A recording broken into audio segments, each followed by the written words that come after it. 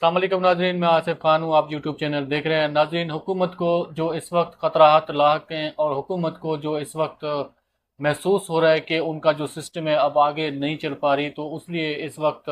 جو آئینی ترمیم ہے اس کو لازمی جو ہے یہ حکومت اور اتحادی اس وقت سمجھ رہے ہیں کہ آئینی ترمیم کو جب تک پایہ تکمیل تک نہیں پہنچایا جائے گا تب تک اس حکومت کی بقا جو ہے خطرے میں رہے گی، اور تب تک سیاسی اتحاد کا جو اقتدار ہے وہ خطرے میں رہے گی۔ اور آئینی ترمیم کے لیے جو حکومت نے کوششیں کی، جو اتحاد نے کوششیں کی، وہ تمام کوششوں کے جو راستے ہیں وہ اس وقت جو اس اتحاد ہے اور حکومت ہے ان کے پاس صرف تین راستے تھے۔ اس میں سب سے پہلا جو ان کے پاس راستہ تھا وہ یہ تھا کہ مولانا فضل الرحمان جو ہے ان کا ساتھ دیں، اور دو تہائی اکثریت ان کو مولانا فضل الرحمان اور تمام اتحادی جماعتیں مل کر جو ہے وہ حاصل کریں۔ اس آئینی ترمیم کو جو ہے پائے تکمیل تک پہنچا کر اس حکومت کو جو ہے وہ سیو کیا جائے، اس حکومت کو توسیع دیا جائے، اور اس حکومت کا جو 5 سالہ ٹینور ہے اس کو کسی طریقے سے جو ہے مکمل کیا جائے۔ کیونکہ اس وقت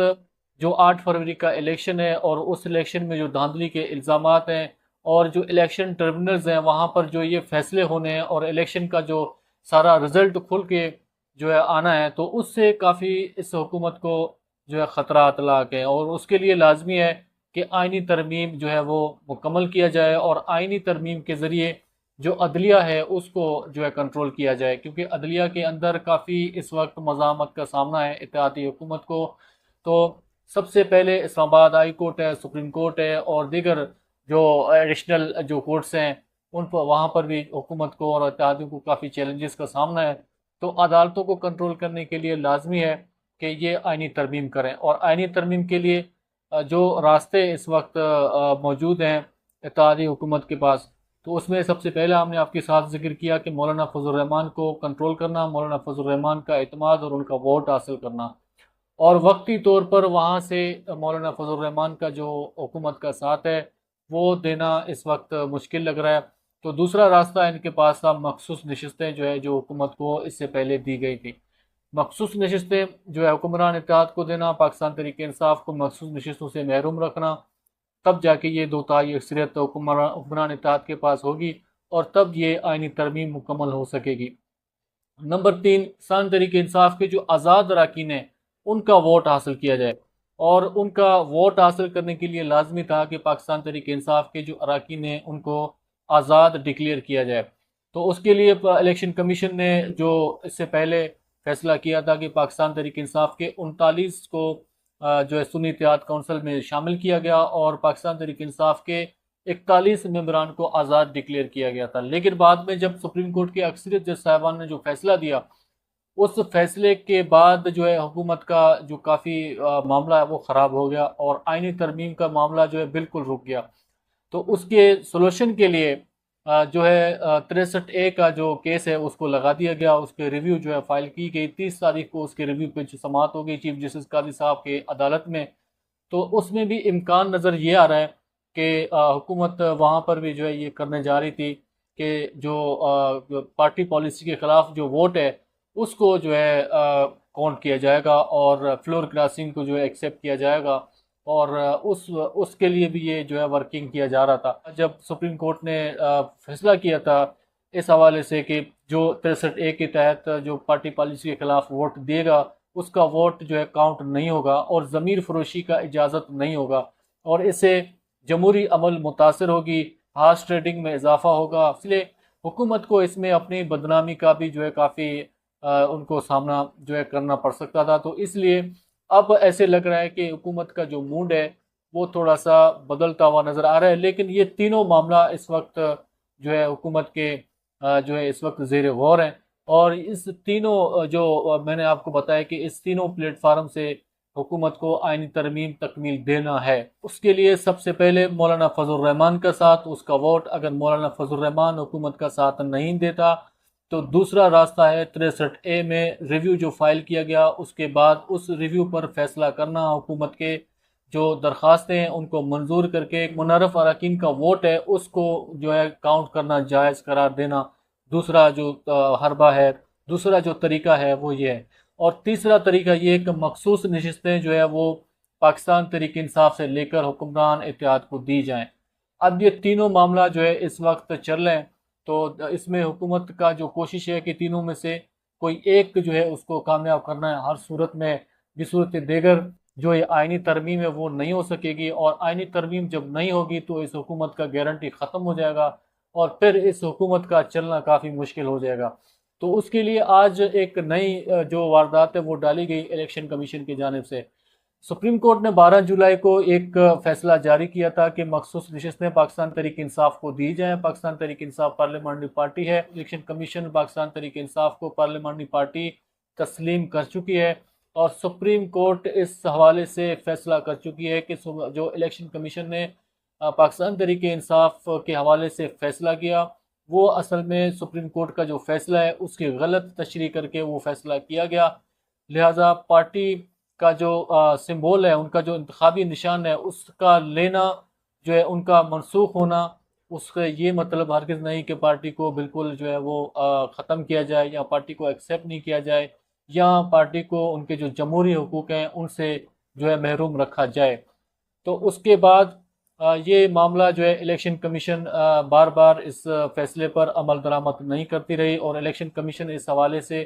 جو ہے مختلف اجلاسیں کرتی رہی، اور 6-7 اجلاسوں کے بعد الیکشن کمیشن نے بالآخر جو ہے اس معاملے پر نظر ثانی داخل کر دی۔ جو سوالات ہیں سپریم کورٹ سے، اور جس طریقے سے سپریم کورٹ کو اس سارے معاملات کا ذمہ دار قرار دے کر جو سپریم کورٹ کا فیصلہ ہے اس کو الیکشن کمیشن غیر آئینی قرار دے رہی ہے، اور الیکشن کمیشن نے اس حوالے سے سپریم کورٹ کو جو وضاحتی اور جو نظر ثانی درخواست دائر کی، اس میں جو ان کا جو الیکشن کمیشن کا موقف ہے وہ یہ ہے کہ الیکشن کمیشن کا سپریم کورٹ کو جواب: الیکشن کمیشن نے مخصوص نشستوں کے حوالے سے سپریم کورٹ کے فیصلے کو مفروضوں پر قرار جو ہے وہ دے دیا، مبنی قرار دے دیا۔ نظر ثانی درخواست میں کہا گیا کہ 12 جولائی کے فیصلے کی وضاحت 25 جولائی کو دائر کی۔ سپریم کورٹ نے 14 ستمبر کو وضاحت کا آرڈر جاری کیا۔ عدالت نے تحریک انصاف کو جواب کے لیے کب نوٹس جاری کیا؟ تحریک انصاف کے دستاویز پر عدالت نے الیکشن کمیشن کو نوٹس جاری نہیں کیے۔ عدالت نے تحریک انصاف کے دستاویزات پر الیکشن کمیشن سے جواب طلب نہیں کیا۔ الیکشن کمیشن کے وضاحت کی درخواست کے بعد پارلیمنٹ نے قانون سازی کر دی۔ سپریم کورٹ 14 ستمبر کے وضاحت پر نظر ثانی کرے الیکشن کمیشن، اور الیکشن کمیشن نے کہا کہ سپریم کورٹ فیصلے پر عمل درآمد روکے، نظر ثانی درخواست پر فیصلہ ہونے تک عدالتی فیصلے پر حکم امتناع دیا جائے۔ عدالت عظمیٰ تشریح کے آڑ میں آئین کو دوبارہ نہیں لکھ سکتی، اور عدالت نے تفصیلی فیصلے میں اپنے 12 جولائی کے احکامات سے انحراف کیا۔ تفصیلی فیصلے میں عدالت نے 41 ارکان کو تحریک انصاف تک محدود کر دیا۔ آزاد ارکان کی سیاسی جماعت میں شمولیت کی میعاد 3 دن ہے۔ سپریم کورٹ نے ارکان کو 15 دن دے کر آئین کے الفاظ کو بدل دیا۔ آزاد ارکان نے سنی اتحاد کونسل میں شمولیت کے بیان حلفی جمع کرائے۔ عدالتی فیصلے میں ارکان کے بیان حلفیوں کو مکمل نظر انداز کر دیا گیا۔ بیرسٹر گوہر کے سرٹیفکیٹ کو درست بھی مان لیں تو پی ٹی آئی ارکان کی تعداد 39 نہیں بنتی۔ امیدواروں کی جانب سے سیکشن 66 کے تحت پارٹی وابستگی کی ڈکلیریشن جمع نہیں کرائی گئی۔ رولز 94 انتخابی نشان والی سیاسی جماعت کے لیے ہے۔ تحریک انصاف نے ججز چیمبر میں جو دستاویزات جمع کرائے وہ کبھی اوپن کورٹ میں پیش نہیں کیے گئے۔ تحریک انصاف کو مخصوص نشستوں کا ریلیف نہیں دیا جا سکتا۔ تحریک انصاف نے کسی فورم پر اپنے حق کا دعویٰ نہیں کیا۔ سپریم کورٹ فل کورٹ کا فیصلہ ہے کہ دعویٰ نہ کرنے والوں کو پارٹی یا ریلیف نہیں دیا جا سکتا۔ یہ جو سوالات ہیں الیکشن کمیشن کے سپریم کورٹ کے سامنے، یہ نظر ثانی درخواست فائل کی، اور یہ درخواست صرف نظر ثانی نہیں سمجھا جا رہا، اس میں جو قانونی مبصرین ہیں اس کو وہ جو ہے الیکشن کمیشن کے اس نظر ثانی درخواست کو چارج شیٹ سمجھ رہے ہیں سپریم کورٹ کے 8 جج صاحبان کے خلاف۔ سپریم کورٹ کے 8 جج صاحبان کا جو فیصلہ ہے وہ فل کورٹ کا فیصلہ تھا۔ اس فل کورٹ کے فیصلے کو الیکشن کمیشن 12 جولائی سے تاخیری حربے لے کر اس پر جو ہے امپلیمنٹ نہیں کر رہی تھی۔ سب سے پہلے الیکشن کمیشن فل کورٹ کا جو آرڈر ہے ان کو ماننے اور ان کو تسلیم کرنے کا پابند ہے، اور الیکشن کمیشن سپریم کورٹ کے فل کورٹ کا جو آرڈرز ہیں ان کو نہیں مان کر توہین عدالت کی مرتکب ہو رہی ہے، اور الیکشن کمیشن اپنے حدود سے تجاوز کر کے ایک مخصوص سیاسی جماعت کے خلاف فریق اور پارٹی بننے جا رہی ہے، اور یہ تاثر الیکشن کمیشن کے تمام فیصلوں سے مل لیتے۔ لیکن حالیہ جو نظر ثانی درخواست سپریم کورٹ میں داخل کیا گیا الیکشن کمیشن کے جانب سے، تو اس چیز میں اب کوئی ابہام، کوئی شکوک، کوئی شبہ نہیں رہی کہ الیکشن کمیشن باقاعدہ جو ہے ایک سیاسی جماعت کے خلاف جو ہے فریق بن چکی ہے۔ حالانکہ الیکشن کمیشن کا ملک کے اندر منصفانہ، صاف شفاف طریقے سے الیکشن کرانا جو ہے ان کا کام ہے، اس کے علاوہ الیکشن کمیشن کا اور کوئی ملک کے اندر رول نہیں۔ الیکشن کمیشن کا جو صاف شفاف اور درست طریقے سے الیکشن کرانا بنتا تھا، اس پر بھی چارج شیٹ سپریم کورٹ کے 8 جج صاحبان کے تفصیلی فیصلے میں موجود ہے کہ الیکشن کمیشن درست طریقے سے صاف شفاف جو الیکشن ہے اس کو کرانے میں مکمل طور پر ناکام نظر آئی۔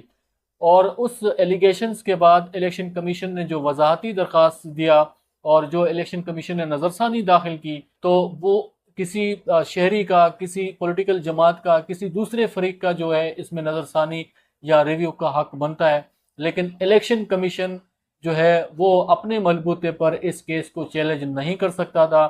اور الیکشن کمیشن اپنے بلبوتے پر اس کیس پر نظر ثانی درخواست نہیں دائر کر سکتا تھا۔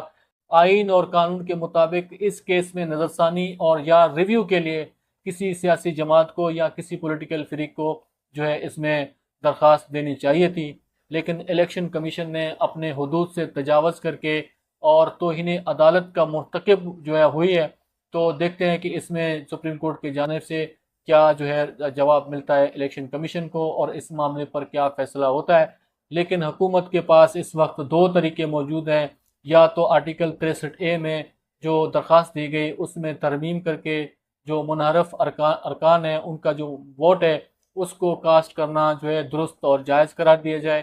دوسرا ان کے پاس آپشن ہے کہ مخصوص نشستیں حکمران اتحاد کو دی جائیں۔ اس 2 قانونی پہلوؤں پر اس وقت کام جاری ہے۔ ان دونوں میں سے کوئی ایک طریقہ جو ہے کر کے حکومت آئینی ترمیم لا سکتی ہے، اور آئینی ترمیم جو ہے پائے تکمیل تک پہنچایا جا سکتی ہے، لیکن دونوں طریقے سے جو آئینی ترمیم یہ حکومت لائے گی وہ متنازع آئینی ترمیم رہے گی، اور اس آئینی ترمیم پر جو ہے ہمیشہ سوالات اٹھیں گے۔ تو بہرحال اس وقت جو سیاسی میدان ہے، اس وقت جو سیاسی ماحول ہے وہ بالکل بھی سازگار نہیں ہے، اور حکومت اس وقت اپنی بقا کی جنگ لڑ رہی ہے۔ جو پاکستان کے آئینی ادارے ہیں وہ بھی اس وقت متنازع فیصلوں میں جو ہے حکومت کا ساتھ دیتے ہوئے نظر آ رہے ہیں۔ تو یہ معاملہ کافی سنجیدہ اور کافی